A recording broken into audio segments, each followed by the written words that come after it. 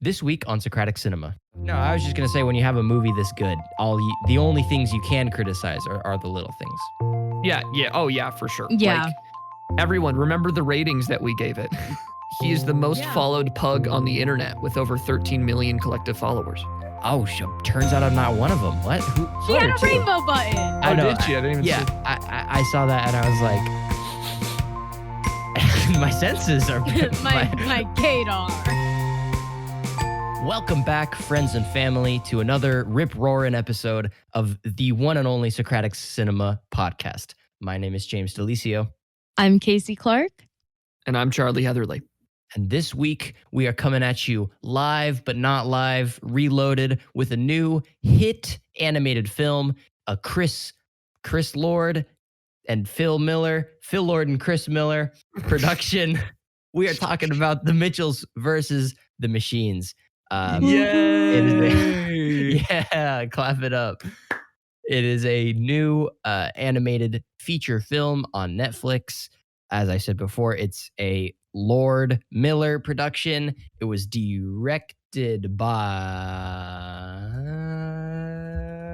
This is why it's important to do research before.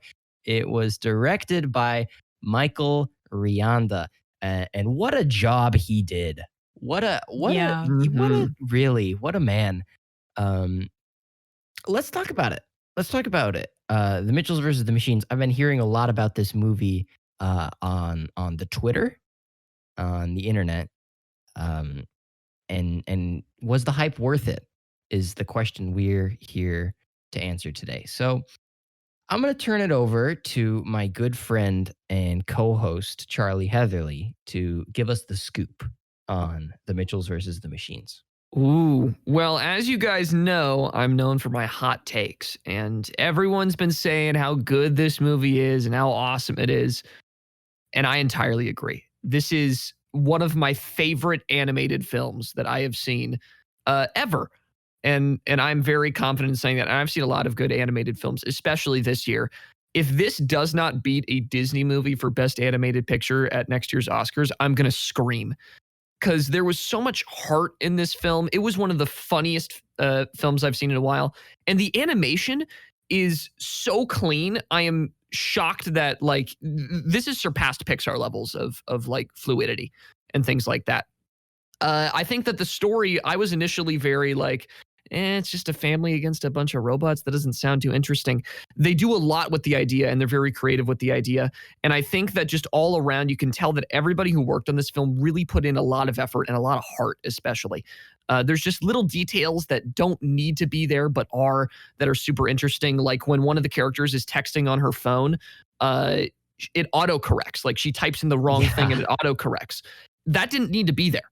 But it was, and it just adds to the level of detail, and just it I just love it. It's something that you don't see a lot in animated films because they're so hard to make. It's so hard to put in all those tiny little things. But here, there's like a metric ton of them.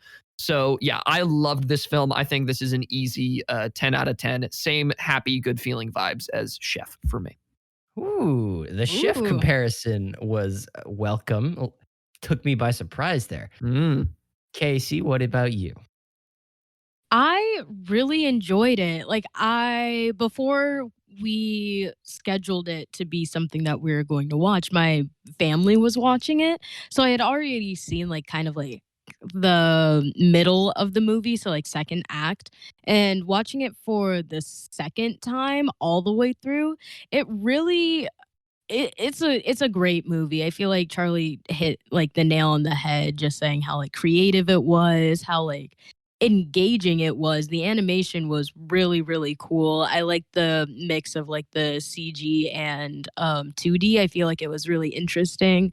It kind of reminded me of what's that one movie where it's Middle School Sucks or something, where he's the illustrator, and so there's a lot Diary of a Wimpy Kid.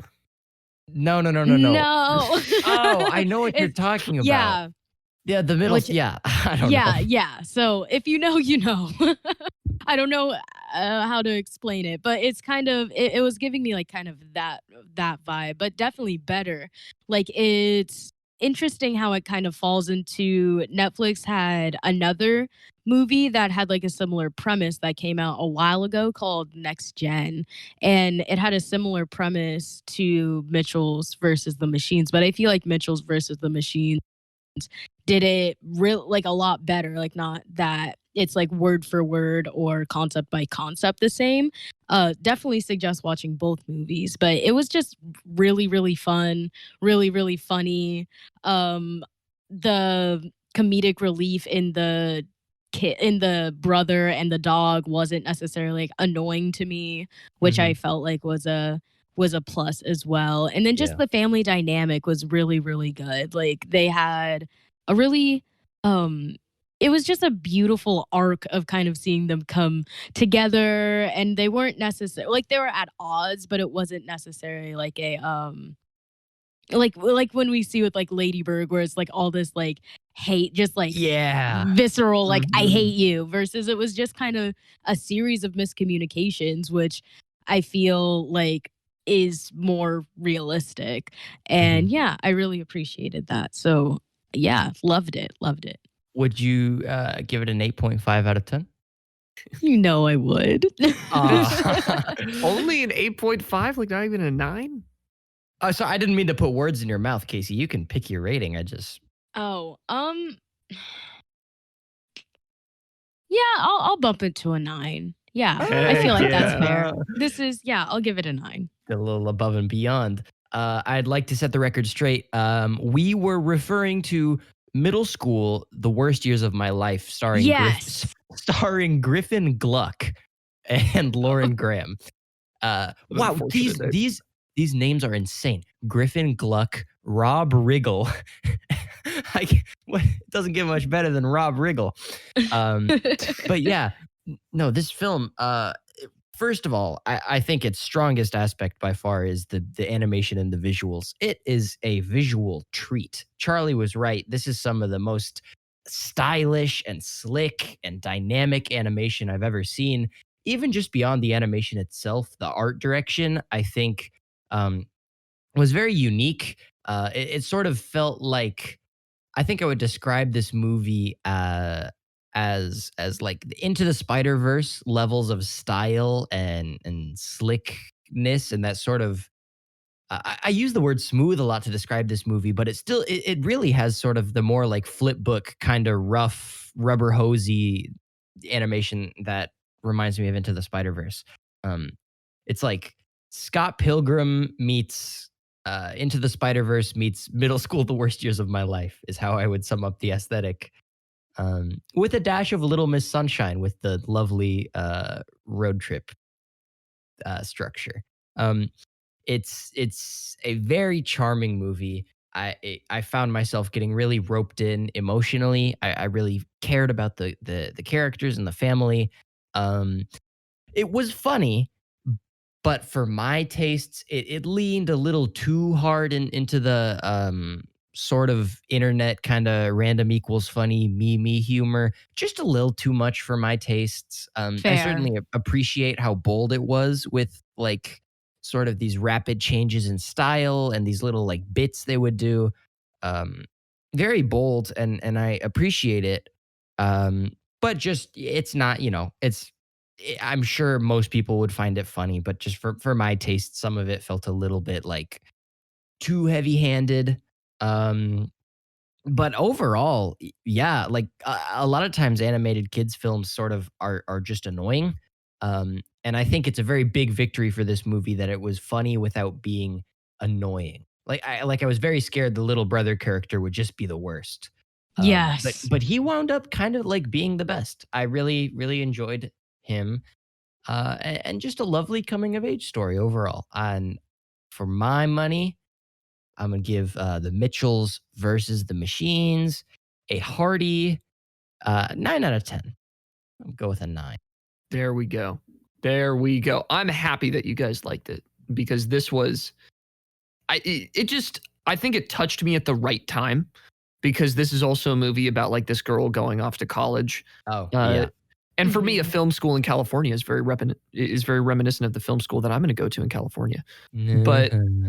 But like that whole uh just the fact I saw a lot of my life mirrored in some of the characters there really pulled me in. And I think to your point about the humor, there's definitely some jokes that don't land very well. And specifically, I wanted to talk to you about the pacing and editing of some of the fight scenes, because that's where they put in a lot of these weird, like, everyone, let's stop the action and let's put on a pug filter to all the robots to make it funny. Yeah, yeah. Like those moments, I think, are where the film is at its worst. But if that's where the film is at its worst, then you have a very good film on your hands. Yeah. Right. For me, the humor really just comes from a lot of the character moments that they have, like all of the stuff with Fred Armisen and Beck Bennett as the two bots that help them out Yeah. is my favorite thing ever. Loved it. They nail those roles so much, and the animators, I think, really do understand comedic pacing and timing. And all of this is to say, the combination of a team that worked on Gravity Falls and a combination of the team that worked on Spider-Verse has produced something here that is incredible, because you get the animation from Spider-Verse and the smoothness of this animation shouldn't come as a surprise. Spider-Verse was intentionally slowed down in frame rate to make it feel more like a comic book. Mm-hmm. So all this movie is just Spider-Verse with more frames in terms of the animation quality. And that should already be like a ding, ding, ding, ding, ding, watch the movie Yeah. kind of praise. But you have that quality of animation, of 3D animation specifically, and that style and creativity there, with the incredible writing and storytelling that people in Gravity Falls were able to do, to hook in so many different people. When you put that together, you get a magical package that is really just it's insane that this is this guy's directorial debut, Mike Mhm. Rionda's debut. So hats off to everyone. And also in terms of editing, I was doing some research on the editor. It's also his editorial debut. I'm forgetting the name here. Greg Levitin. Yep, Greg Levitin. He's done a lot of editing before, and he's he works a lot on animated stuff like Star versus the Forces of Evil and Adventure Time. But this is his Oh, first. that makes I sense. believe, at Mhm. least, if I did my research right, this is his first feature film that he's edited, and way to knock it out of the park, I will say. Um, you mentioned some of the just the timing with some of the gags. I am with you. That's, I think, where the film suffers the most. It's just like, it's funny a few times, but it almost sort of gets to the point where it feels like you can never truly get into the action sequences, because you'll just be pulled out for like a little bit where we put pug filters on everyone, like you said, or something. Um, and I mean, like, they're objectively impressive, like stylistically and technically, they're impressive. Like, it's fun to look at, but at the same time, it's like too much of a good thing. I think if they had maybe held back on some of the, like, pause the action, let's jump cut to like jump cut comedy, like let's cut to this totally jarring, like, random opposite thing, and let's do these bits where we slow everything down and put like funny cat filters. It's like, yes, but don't do it so much where I think that's all you can do, you know?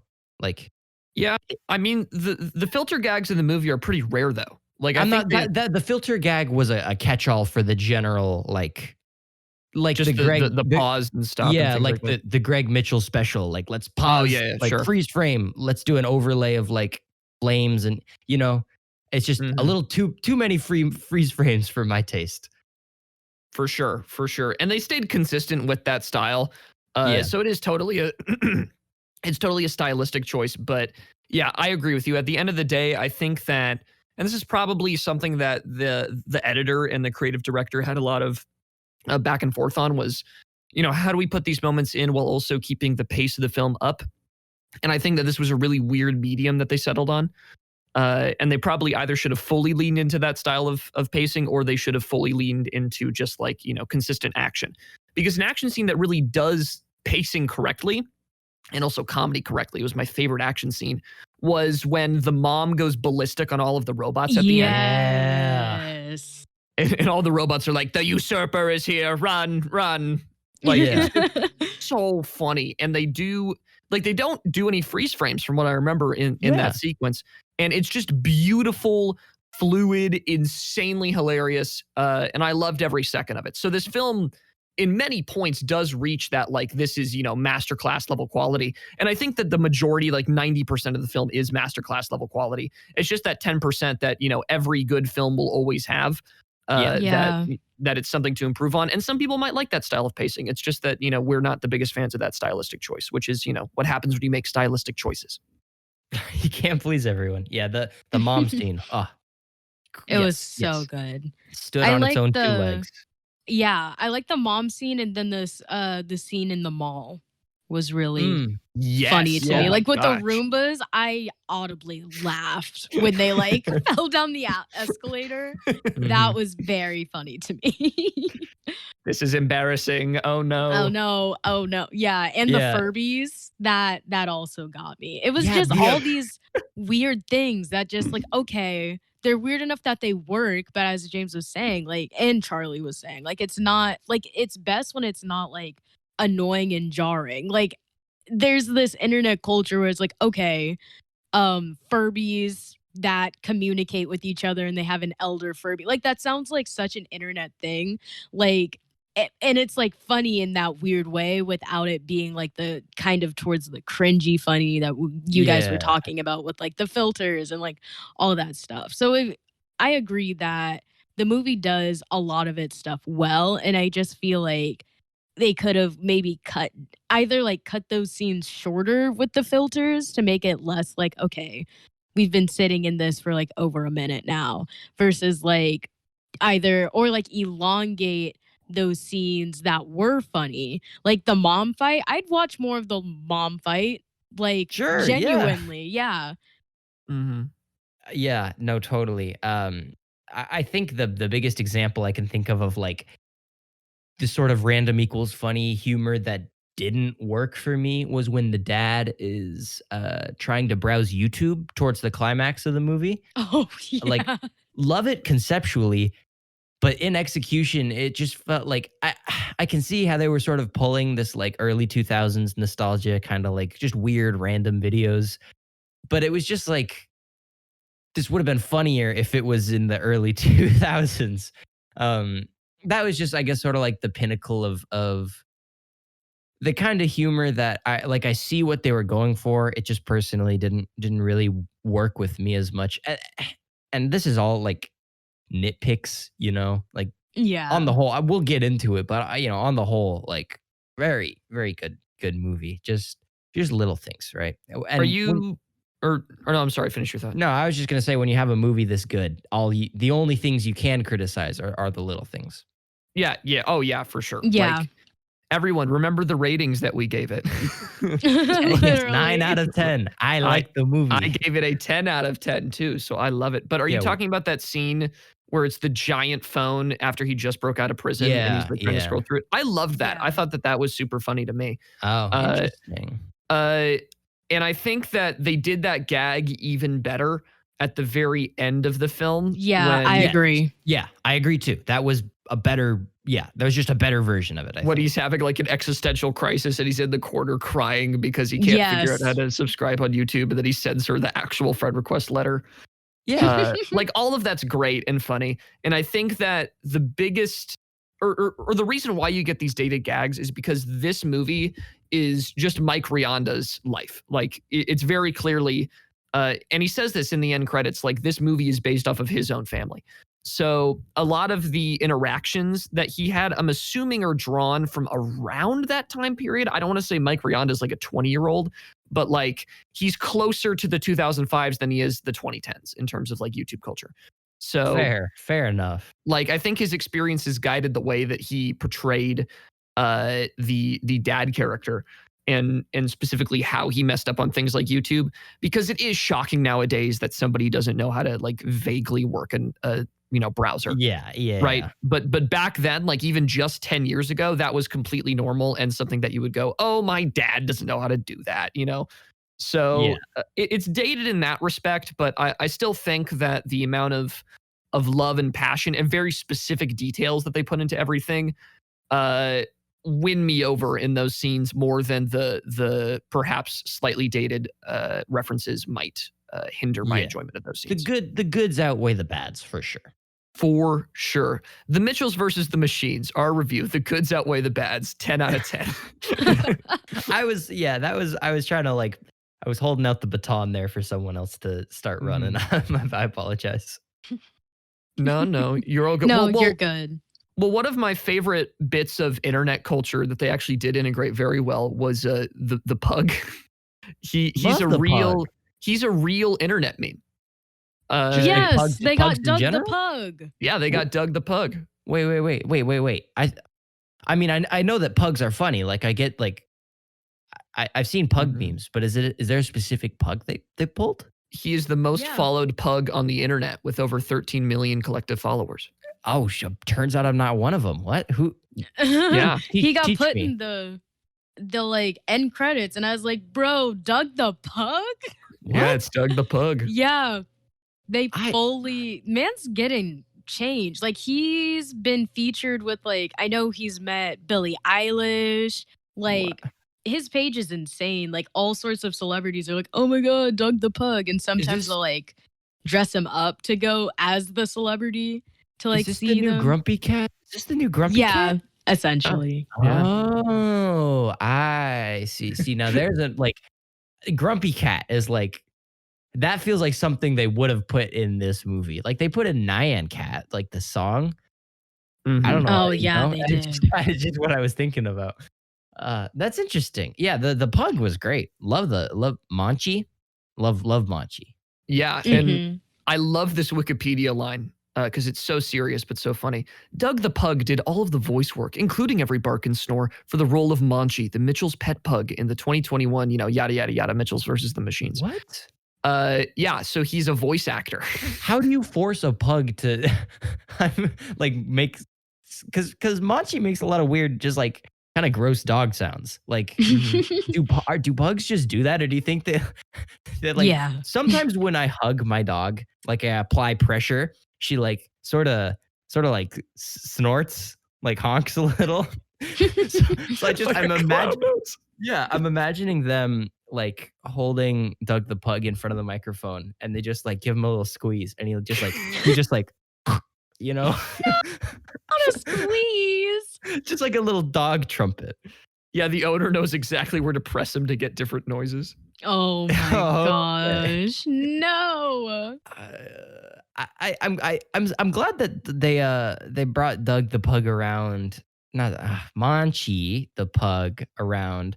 I never thought I would be so jumping out of my chair excited to see Dog Cop movie play on a bunch of big screens in the evil robot.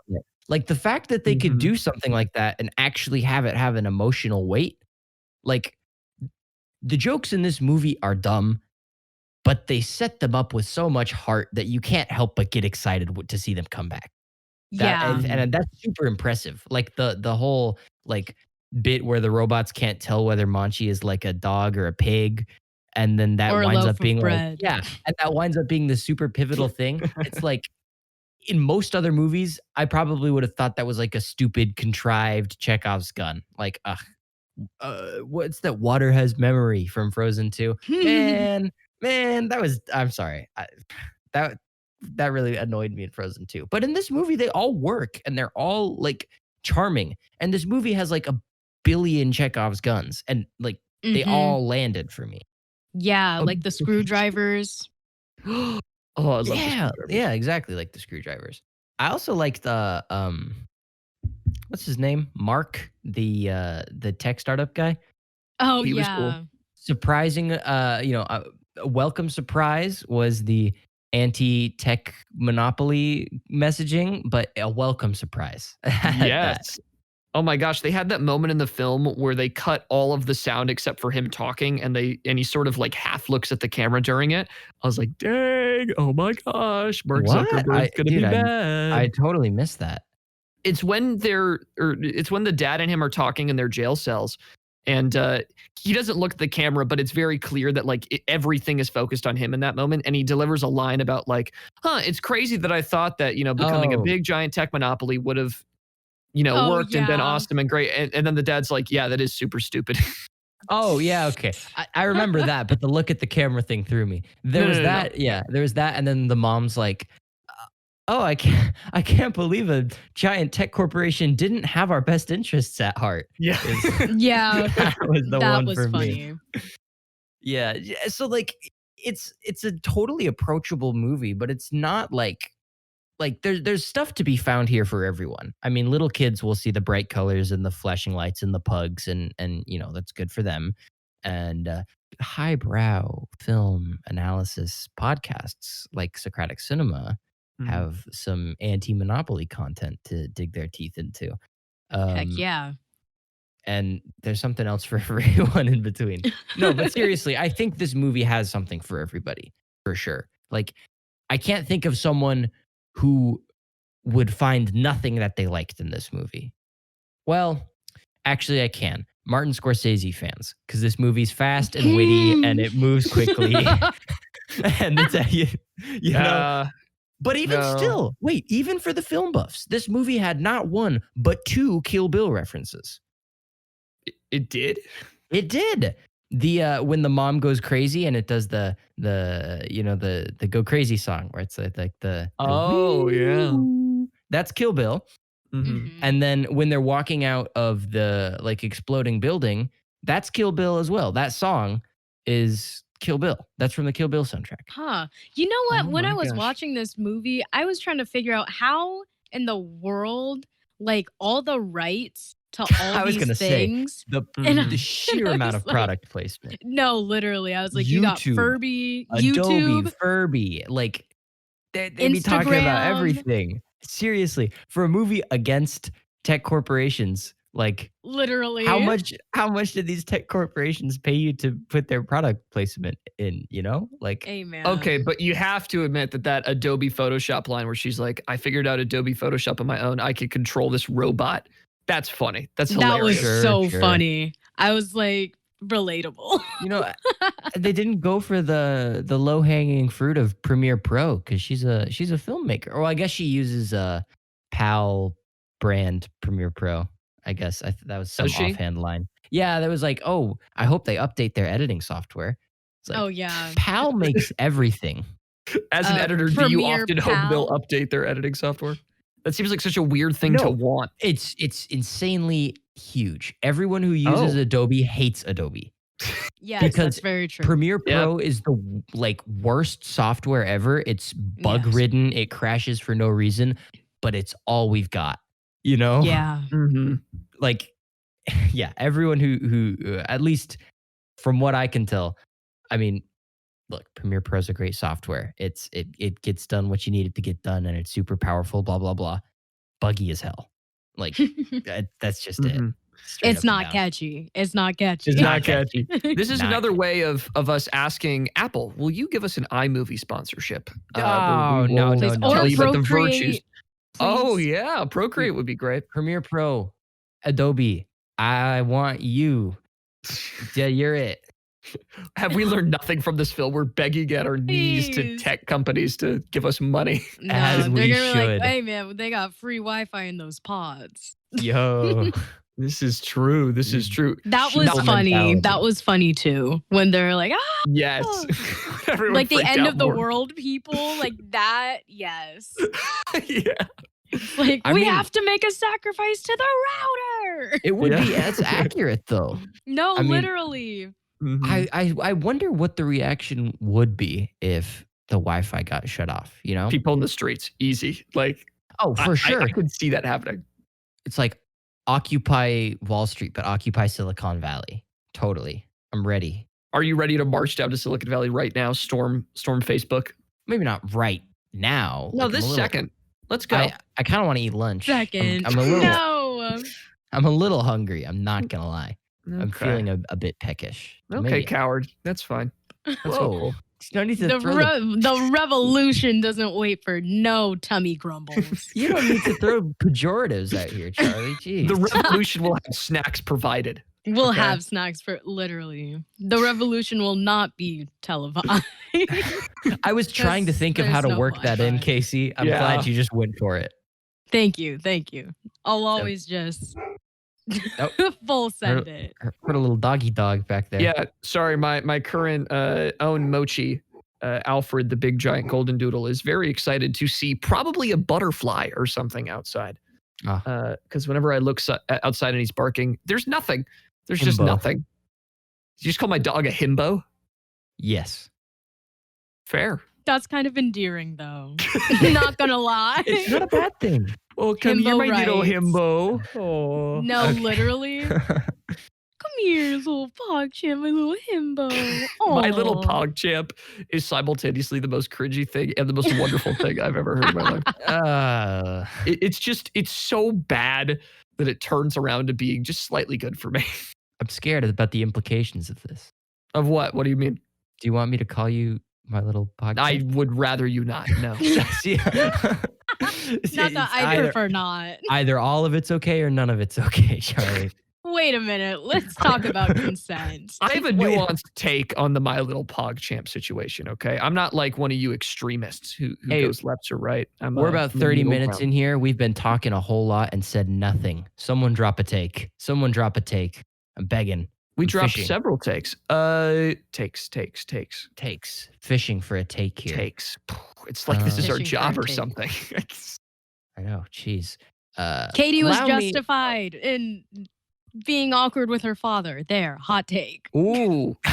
Jeez. I mean, yeah.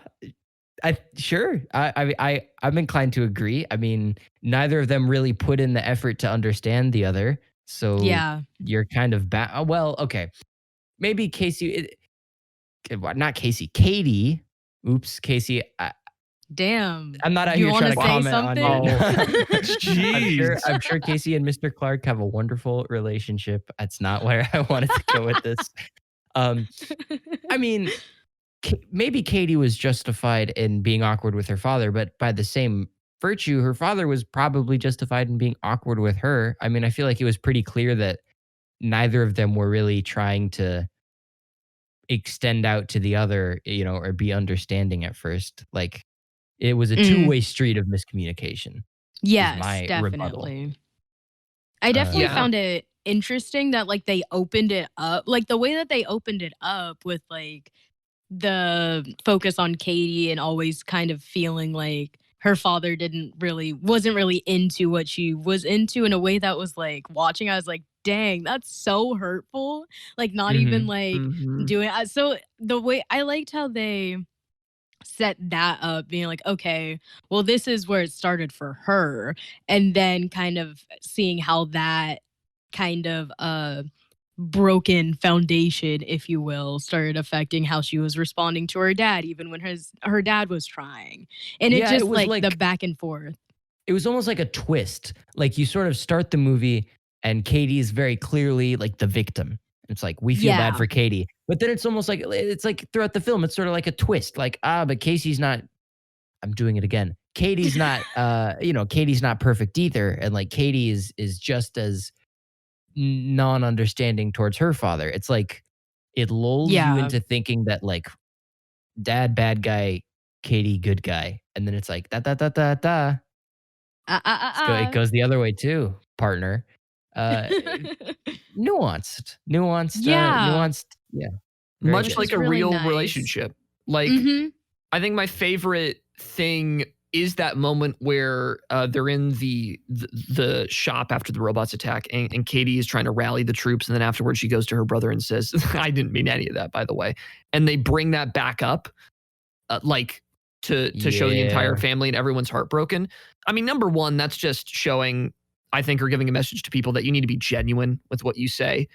Which is a great message to teach kids, because it's so easy to say things that aren't true nowadays, or tell your friends that one thing's happening and another thing it isn't. And then number two, I think that you guys are right. It's definitely a two-way street between them. And really at the very beginning, they were just two different people, but then they both made very negative actions that encroached on the other's space in a way that neither were very comfortable with. Like, when Katie lies to her dad or tries to say, you guys aren't my people, I'm going to leave. Like, that's very hurtful, especially when they haven't really done that much wrong to Katie. And then the dad's biggest flaw is that he just never even made the attempt to share in any of Katie's interests. Like, come on, look at your daughter's video, man. Like, it's not that hard. You don't even have to deal with the technology. I know you're technophobic, but like, just click play and watch. He enjoyed the videos once he saw them too. Well, he watched, actually, I mean, in the very beginning, he watched one of them and he didn't like it. He was like, are you sure you can make a living off of this? Did he change his also tune halfway through? Hurtful. Yeah, that's also very mean. Yeah. Well, I mean, at the end of the video, or at the end of okay, wait. There's definitely a turning point, right? So he, at the beginning of the movie, he doesn't like the videos. But then when she takes that video of them walking out of the exploding mall, he likes it, right? He like indulges her there. He's like, that would be a totally unnecessary waste of time. Let's do it, right? So he does, like, that to me, I think, is the turning point where, the bonds start, the injuries start being healed. And that's the saddest part about that sort of like the scene where they play the clip of Katie, saying how she doesn't actually care about her family, blah blah blah. That's the worst part about those kind of twists to me. Like, worst meaning like most effective, most like hurtful, is that she has changed by that point. But like, it's like if you think you've become a better person than you were yesterday, and someone comes in and just picks the worst parts of you from the past and picks those. It's like, I have changed, but now all you'll ever see is like the bad person I was, It's super, it kind of it got me a little bit, Well, yeah. And I think that it's a great choice, and probably a very vulnerable choice for the director to make here, because he is Katie. Like, that is the relationship that he had with his father. So for him to sort of put that on display and for him to acknowledge that he was also in the wrong too, I think is something that's pretty brave and pretty bold of him to do. And I'm glad that he did. I have a quick question for you guys. And there might be no significance in this answer. It might just be a completely arbitrary choice. Why do you think they made the main character of Katie a girl when it's based off of the male director? Is there a reason there? Is it just like, Katie's a cool character, we'll go with her? What are your thoughts? I mean, you could give like you could take this as the benign, oh, Katie's a cool character, which is, I mean, probably what I'd say. But if you wanted to get super circumspect, you could talk about like, they wanted to push the diversity of the film by having a strong female lead, like, which is a good thing. And like, I think I'm glad that Katie was the main character. I don't know. I don't really have a very in-depth answer here. Katie's also canonically gay. I was going to say, I was going to bring that up. She plays for the other team. Heck yeah, baby. She plays for the other team. I knew when she kept bringing up Jade, I was like, I know, that's right. She had a rainbow button on her She had a rainbow button. Oh, did she? I didn't even see. I saw that and I was like, my senses are my gaydar. This once again shows how bad I am at spotting out gay people in a crowd, because I did not know until the very end when they mentioned that she had a girlfriend. Or they were like, are you official and is she coming over for dinner? Yeah. That's when I knew. That's when I knew, because that's like telling the audience. Yeah. Gee whiz, Charlie. Took me a little bit. You sleuthed that one out. Well, no, because I was surprised the entire time. I was like, they're really good friends. I'm so excited she found a good friend. What a bunch of best friends. What a bunch of best friends. It's a girl it's best friend. Yeah. Two bros chilling in a hot tub. In a hot tub. 2 feet apart, because they are gay. Because they exactly 6 feet apart, because we're still in a pandemic. People. Have some responsibility. Have I ever mentioned how much it annoys me when people say global pandemic? Because if it weren't global, it wouldn't be a pandemic. It's like, we're in a cold snowstorm, people. You need to dress warm. It's a cold snowstorm out there. Like, yeah, duh. I'd be more Obviously. concerned if it were a hot snowstorm. That's just called rain, I think. Just right. It's just like the I think pandemic. the science backs him up here. Yeah, he's right. The last He year is. has introduced so like it is the vernacular has changed so much in the last year, like more than I thought was possible. Global pandemic, this whole COVID thing, like just the amount of new things that have We're in a entered into our panoramic. panoramic. I've never heard that one. I'm not gonna lie. I've heard that one. Just The Panasonic. I mean, I've masks, never heard that one. social No, okay. distancing. Unprecedented. If I have to hear Unprecedented. unprecedented I one know. more time. And these I know these unprecedented times are Oh, difficult for good. everyone. That's God, why we're gonna give give me you a 3 prompt. times. That's why we're gonna give you 3 times as much work as before. They're No, very literally. precedented. They're very precedented. We've had a pandemic before. We've had 2 world wars. Like, do we not remember how to wouldn't- deal with crises wouldn't as con- a nation? I don't know that I'd conflate world wars and pandemics, but it is pandemics are definitely precedented. You're right. I think maybe it's unprecedented in that, like, actually, I don't know. I mean, this is pretty much just the Spanish flu too, huh? Maybe the context is different. I mean, things are technically always unprecedented because you're always in a new, situation and context matters and stuff. But yeah, you're right. I mean, Okay, buddy. no, Okay. serious, look, we haven't had a pandemic where like we have technology and modern you'd think that this time around we would have handled this in like a week. Well, That didn't quite happen. But this isn't the COVID-19 cast, nor is it the Mortal Comcast or the Concrete Cow cast. This is the Mitchells versus the it's hard to do a cast joke with this one. You know, it I'm not is. It gonna really lie. is. The Mitchells versus the uh the corporation cast. Or Palcast. Palcast. Oh, we could call it just the Palcast. Yeah. The Palcast. Let's actually rebrand fully as that because, that also just works as a general title. Yeah, that's just where we like pal around. The Ah. Palcast, that's our sister show. We So just we've talk got about things. the Socratic Cinema conglomerate is growing rapidly. We have now under our corporate reach, we have Socratic Cinema LLC, we have the Mortal Comcast, we have the Palcast. We just need to acquire as many subsidiaries as we can. Just make them Yes. up. Question. We are the podcast conglomerate. Could I get a corner office in this conglomerate? A corner office. Yeah, I want a corner office. I'm gonna have to run that one up HR. I will Who's our get back to HR you. department? It's Is you, Ray Kasey. Fit? Oh, it's me. Yeah. I was gonna make another Ray Fisher joke. I was thinking it would be Ray Fisher, but I'm Yeah. just Well, are we going to I'm gonna- hire Ray Fisher? I'm down to I hire thought Ray we Fisher. already. I mean, we already own the Mortal Comcast. We can pretty much do whatever we want. Yeah, Kung Lao is our HR. Kano. Kano. Oh my gosh, could you imagine? Oh, I want to call you God. mate. Oh, that's nothing. You'll be fine. That's nothing. Kano would say slurs. No, Yeah. literally. We would need an HR person for our HR person. Yes. That's what we Just- get Ray Fisher in. That's Yeah. what we get. He would lock it down for sure. Ray but- Fisher, if you're interested in doing a collaboration, we would very much like to interview you for the position, not for the podcast. Oh. HR. Okay. Enough for the You win. podcast. You win. Hey, you guys have any more Mitchells versus the Machine takes or comments, questions, maybe? I'm working on the corner office. I'll Right. get back to you on that.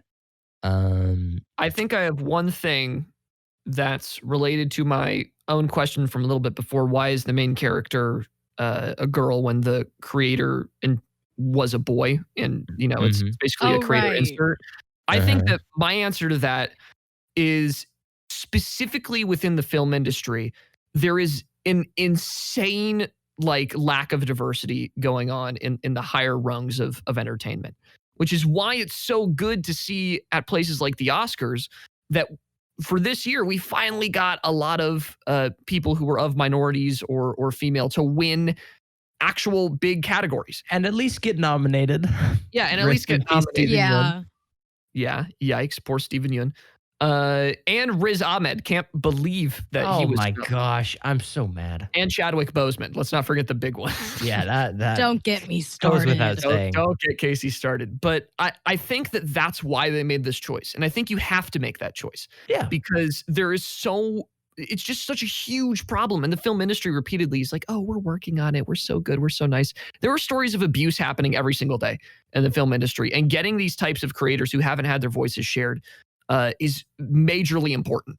So in a very passive way, this film is encouraging that. And I think it's doing the best thing it possibly can, which is just showing you how competent somebody like that can be in the film industry and the great stuff that they can do without, shoving it in your face. Like, it's not making a big deal about it. It's normalizing it. It's just saying, hey, this was a like a white dude, right? Directing.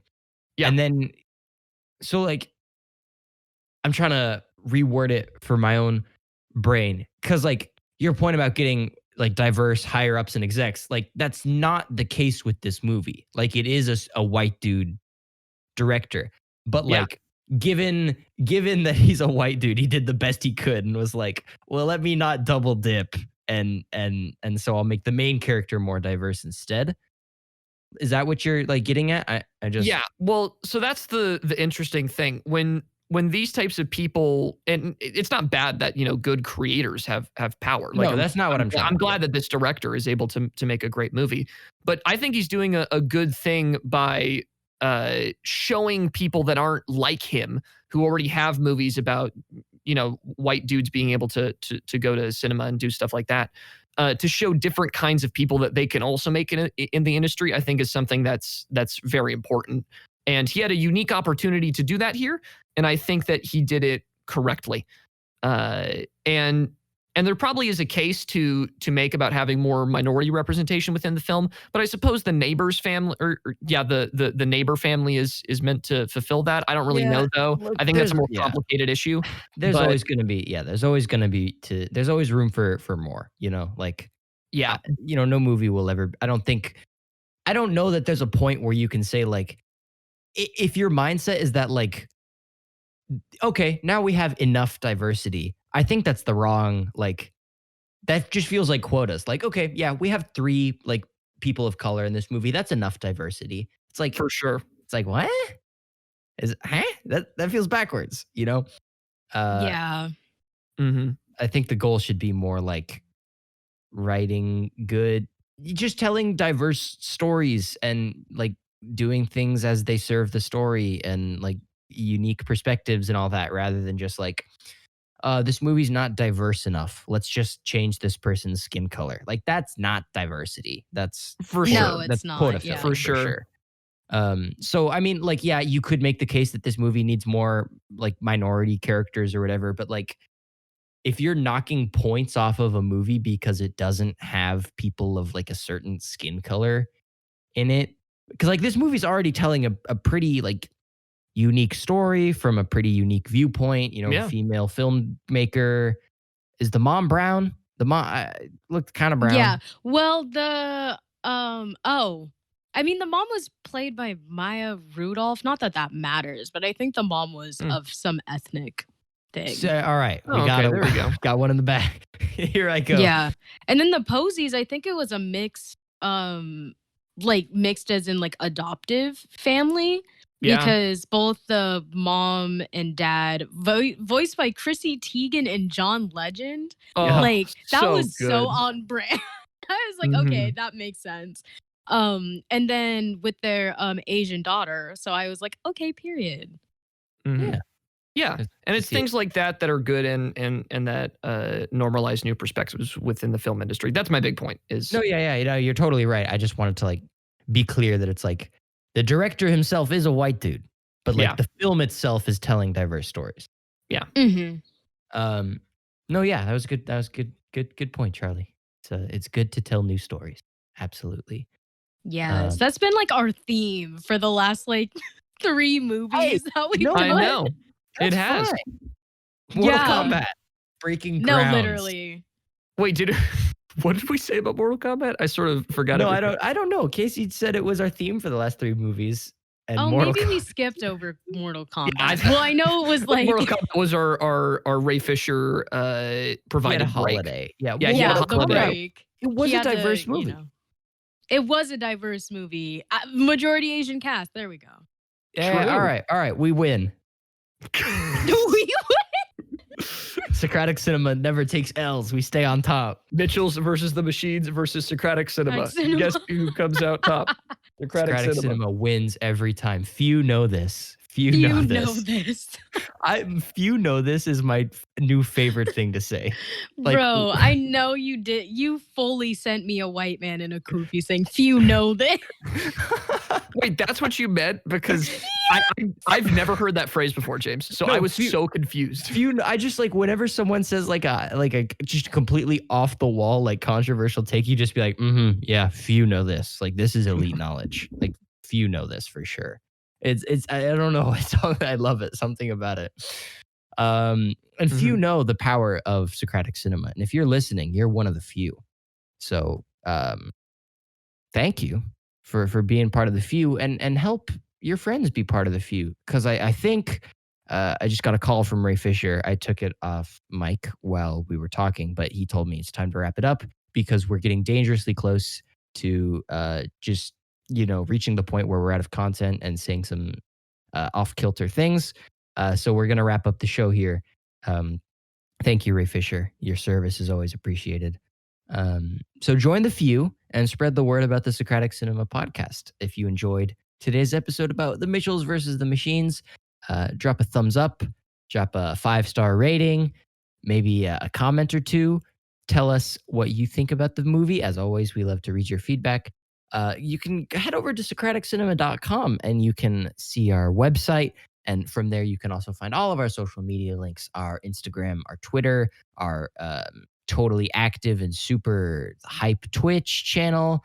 And you can also find an anniversary survey on there where you can vote for your favorite Socratic Cinema memories for our upcoming 2-year anniversary. Whoop, whoop.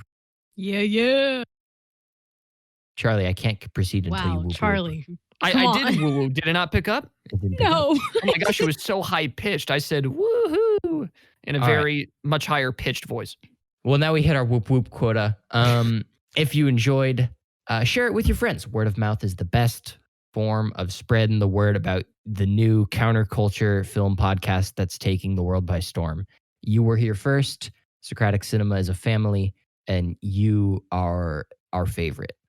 You, the one listening right now. Yeah. You specifically. So, at Chosen One, with your new duty as Socratic Cinema's favorite, tell one friend about the show. I'm getting creative with the spiels this week. I'm just trying new things out. Yeah. You're doing great, James. Thank you. I appreciate it, Kasey. You're welcome. If you want to support us on Patreon, you can totally do that at patreon.com/Socratic Cinema for as little as $1 a month. Or you could donate to our PayPal if you don't like the whole subscription model. We have a PayPal too, so you could donate to us on there. Yeah, thanks for always sticking by us, and we'll see you when we see you. Get ready for the Socratic anniversary, and go watch Mitchells versus the Machines, and tell someone that you love them today, because it's always important to be better today than you were yesterday. And be nice to Siri. She might come back and kill you. She might. It's true. Yeah. Anything else, gang? Nope. You are loved and appreciated. I hope you have a wonderful day. Aww. Here, wait, listener, lean in. Forehead kiss. A little kiss from me to you. All right. Nighty night. Adios. Goodbye. Adios. Adios.